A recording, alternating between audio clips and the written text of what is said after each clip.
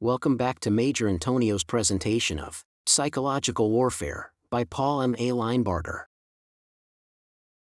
Chapter 11, Plans and Planning. With most military planning, it is feasible to work from the top down, define the strategic objective, and then work out the actual requirements of the operation in advance. This is not true of psychological warfare. The objectives may be defined, and in the process of definition, the general needs of a propaganda agency may be clarified. If a plan calls for a press or a radio, somebody can requisition a Davidson press or a Hallicrafter radio and get ready to use it. But the plan cannot define goals, set time limits for the achievement of the goals, relate the goals to one another in a scheduled prefixed program of success, establish terms whereby psychological victory can be told from psychological defeat. Psychological victory exists only in terms of the military victory which it is designed to assist. Psychological defeat, no matter how much critics or the enemy propagandist may allege it, can be proved to exist only when an actual defeat makes it real. Psychological plans are always contingency plans for the assistance of military operations. They are dependent on the military operation and they cannot be checked against fact except in terms of the military operations they ostensibly support. Unfortunately, they were not always written with these reservations in mind. Needs of the operator. Materials and guidance. American officers assisting foreign troops could not plan logistics until they found out what the foreign troops actually required. How much did they eat and what? How much could they carry and for how long? How much tonnage had to be sent them and how often? Such questions had to be asked about the needs of the individual men before unit planning, not to mention national planning, became possible at all.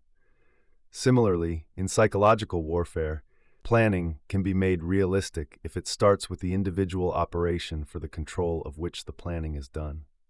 Define the operator as anyone having a task in the actual preparation, production, or transmission of propaganda materials, whether through electric communications or by print. The operator is not usually a person with a high security classification, yet he plays his indispensable part in fulfilling the highest and most secret strategy of the war. How can a plan be written that will be useful in carrying out the actual and highly secret strategy of the war while meeting the needs of an inexpert individual way down at the bottom of the control system? The answer is, of course, that no such plan can be prepared. Different plans are needed for successive phases. The operator needs simple but basic materials. If he is a producer of some kind, such as a creative writer, an artist, a singer, a program arranger, a newscaster who does his own scripts and so on, he is likely to be a person with ideas of his own. Individual creativeness cannot usually be turned on and off like a faucet. Low-ranking and disciplined though the hired writer may be, he is still subject to the inward frailties of authors if he is any good. This particular author sympathized deeply with some poor American Japanese who were given unbelievably dull outlines and told, "Turn this into exciting Japanese material. Give it pep. Make it rock them off their tatami. But don't get away from that outline one damn inch." The Nisei rolled their eyes. They did a poor job, as they knew that they would. The person who has to be told day in and day out how to operate is no operator at all. Psychological warfare is no place for unsuccessful short story writers or would-be radio commentators. It demands professional standards, and it has more than professional difficulties. Therefore, what the operator needs is not technical instruction, but general guidance.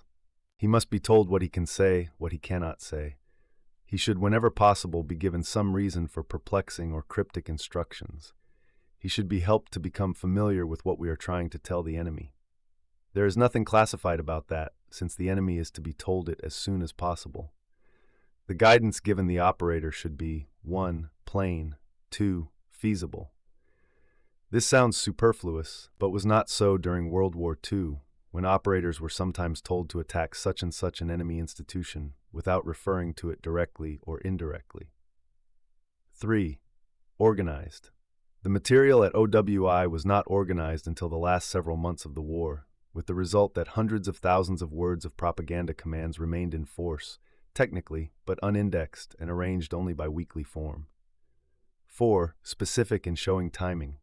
General controls should not be issued at the beginning of operations. When revised, the revision should supersede the revised section and not be placed beside it.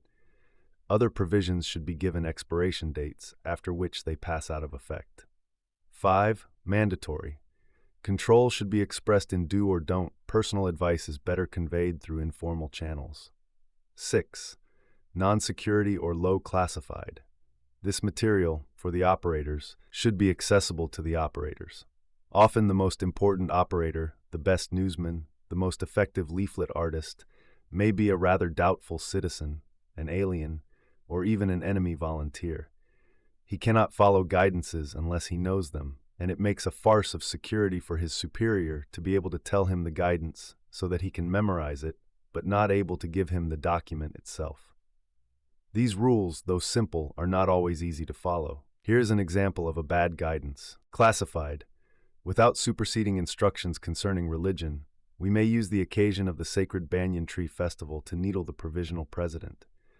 Make a dramatic story of the president's life. Undermine his use of religion to bolster the dictatorship. Caution: do not mention religion. Do not indulge in scurrilous personal attacks. Material concerning our information of the president's biography is highly classified and must not be used. The exaggeration may seem apparent, but it is a fair sample of the worst directives as actually issued, and many, though not quite so bad, were near it. The same guidance in more acceptable form would read: unrestricted, expires 24th September, week following festival. Standing instructions make banyan tree festival difficult topic with which to deal. If operators can suggest means of referring to festival without violating prohibitions against religious offense, encourage them to try. Monitoring and diplomatic sources show that provisional president is utilizing festival to consolidate his position. If he can be attacked, do so. The other need of the actual operator is material. The script writer needs actual texts of everyday enemy speech in order to keep his slang and idiom up to date. The artist needs correct photographs of enemy cities in war times so that the leaflet picture he makes will not look as outmoded as a crinoline or a Model T. All of them need all the information they can get about their own country. Good handbooks, dictionaries, elementary histories, textbooks in fields which they may not know. It is amazing how hard it is to explain America to foreigners.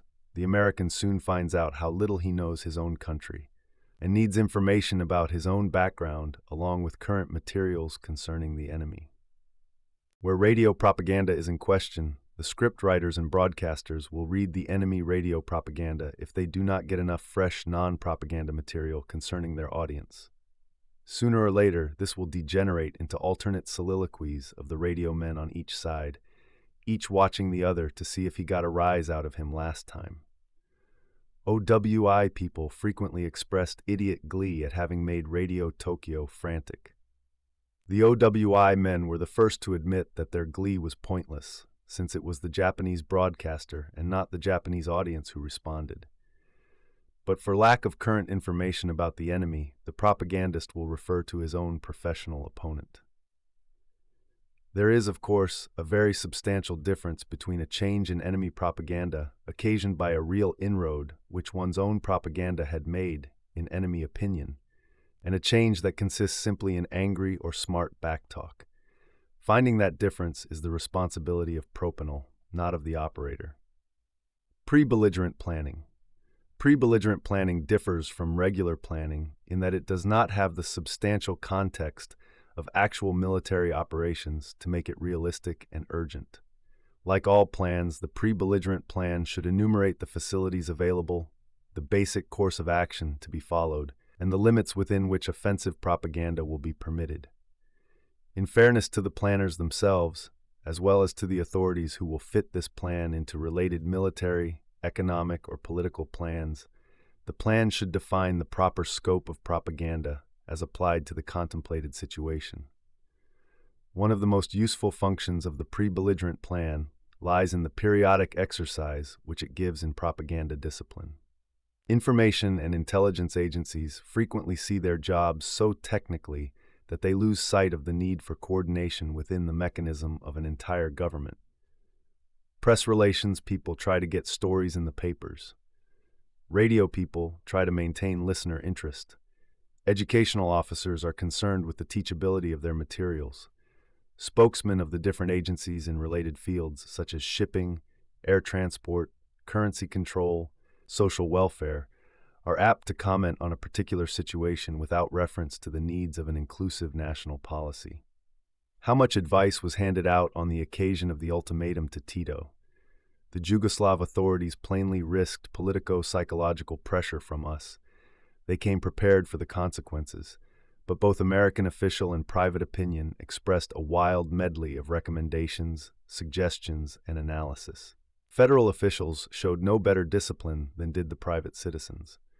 Pre-belligerent planning may be forced on the United States by eventual international crises, but before that stage is reached, private and governmental persons working in the informational field might do well to consider how readily they could offer or enforce cooperation in the event of a real emergency.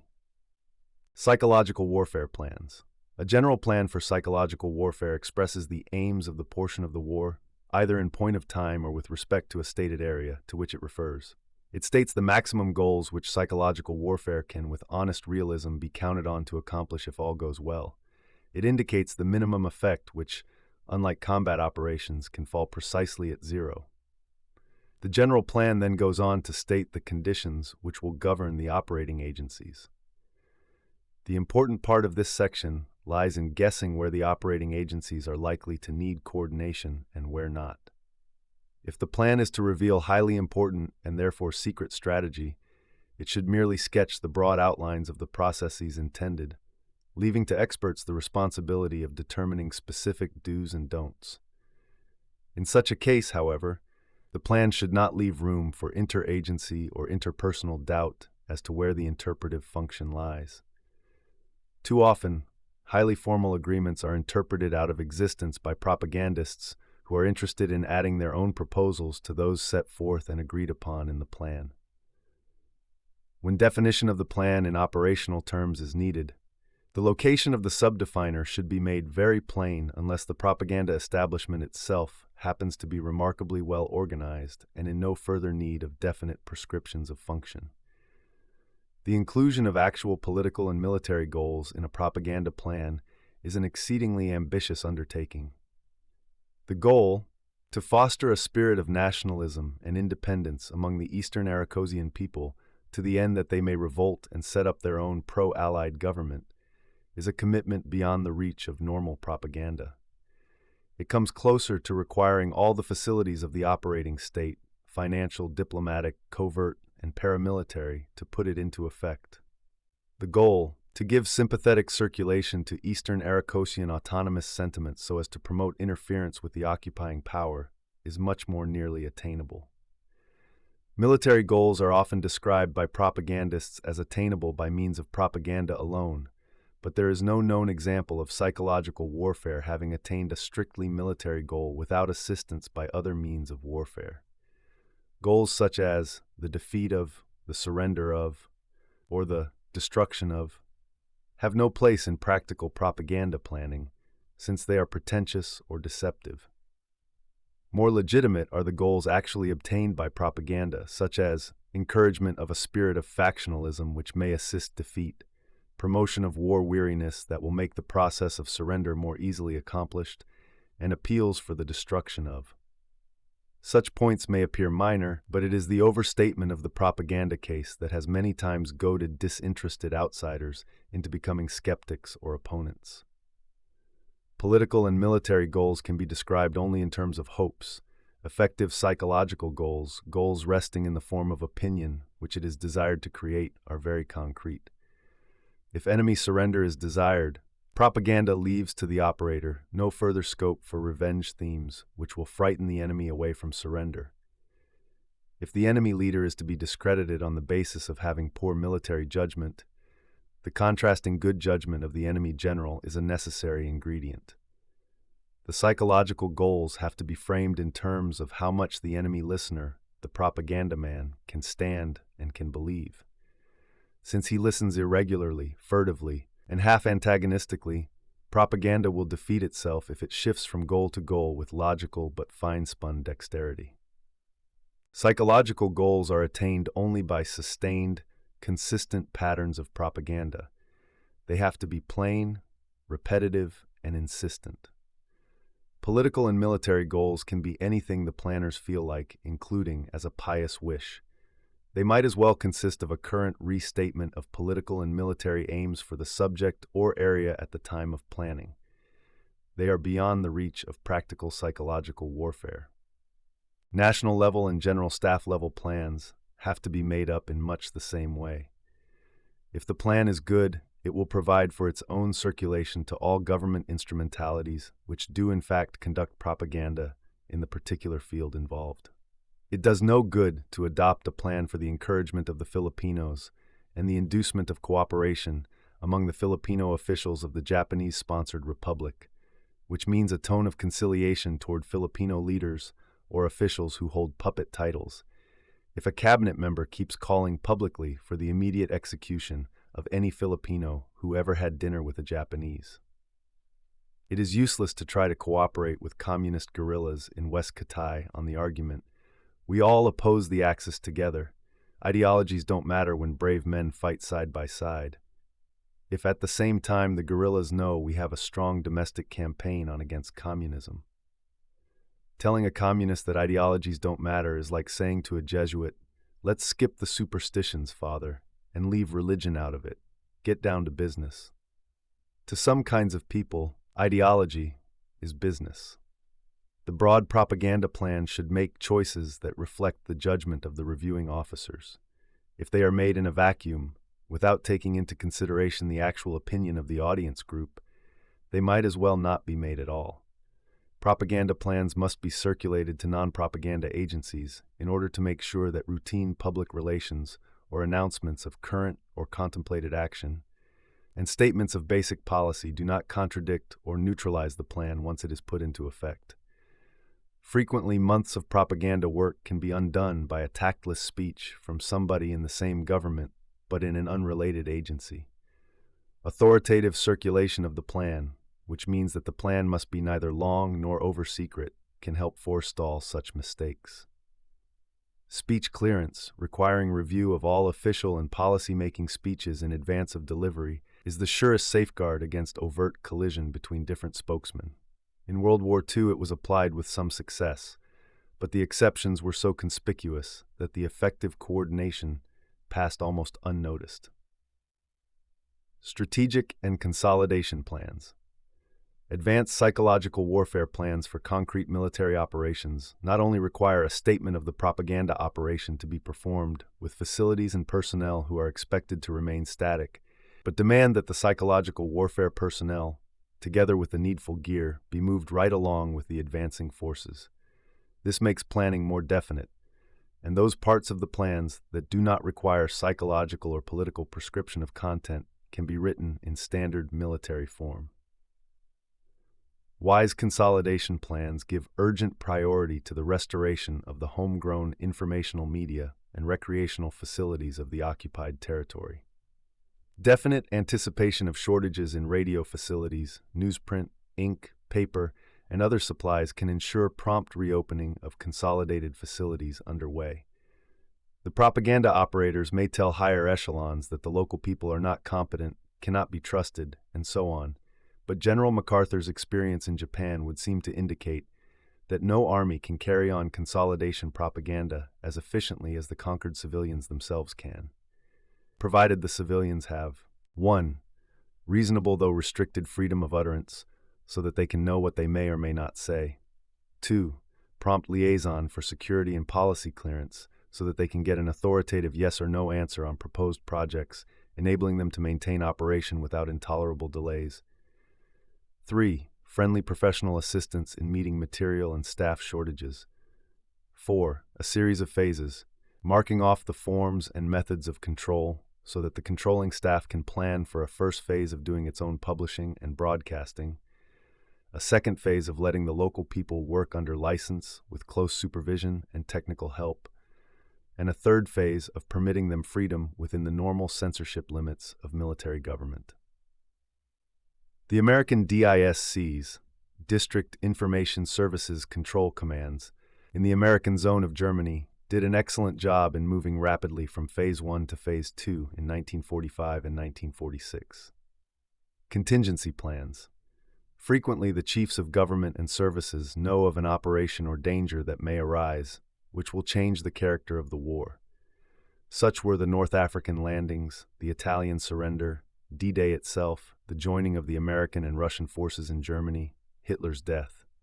For such contingencies, it is desirable to have plans ready stating the reaction of the government to the event. Such plans can be prepared and distributed to select personnel and downgraded or released, together with any needed last-minute change, when the first word comes through that the event is officially to be recognized. Profoundly secret contingencies, such as Hiroshima Day, do not lend themselves to such treatment. It must be repeated that plans are effective only when transposed into plain, simple, usable guidances for the actual operatives. When a plan is so secret or so involved that the only people who could carry it out are not allowed to know anything about it, it becomes a sad, self-defeating effort. This concludes today's reading of Psychological Warfare by Paul M. A. Linebarger. Join us also the day after tomorrow for the subsequent part. Subscribe to Major Intonio's channel. Thank you for listening, and so long.